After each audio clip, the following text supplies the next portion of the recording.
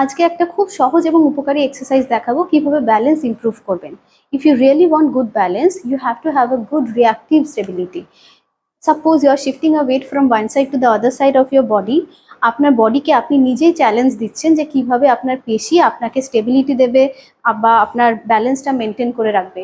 এইটা কিন্তু আমাদেরকে ট্রেন করতে হয় এবং ট্রেন করার সঙ্গে সঙ্গে ব্যালেন্সটা কিন্তু আপনার ইমপ্রুভ হবে। তা আপনি বাড়িতে কিভাবে প্র্যাকটিসটা করবেন? প্রথমে একটা ওয়েট নেব, পা আমরা দূরে দূরে রেখে দাঁড়াবো, এক সাইড থেকে আরেক সাইডে ওয়েট ট্রান্সফার করব, তারপর আবার পিছনের দিকে ঘোরাবো, আবার নিয়ে আসবো। যদি মনে হয় এটা আপনার খুব ইজি লাগছে তাহলে মুভমেন্টটা আপনি তখন ফাস্ট ফাস্ট করবেন। এইটাও যখন আপনার ইমপ্রুভ হয়ে যাবে তখন পায়ের গ্যাপটা কমিয়ে দেবেন, পায়ের পাতা কাছাকাছি আনবেন, এনে একইভাবে এই ওয়েট ট্রান্সফার করবেন।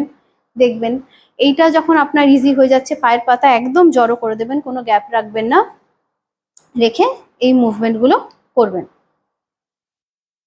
এতে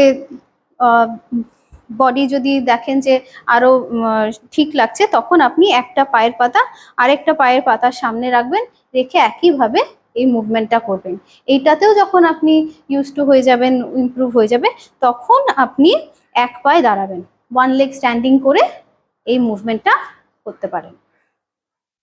এইভাবে আপনি প্রতিনিয়ত দিনে 3 বার করে প্র্যাকটিস করুন ওয়েট দিয়ে, আপনার কিন্তু অবশ্যই রিঅ্যাক্টিভ স্টেবিলিটি কিন্তু অনেক অনেক অনেক বেটার হবে।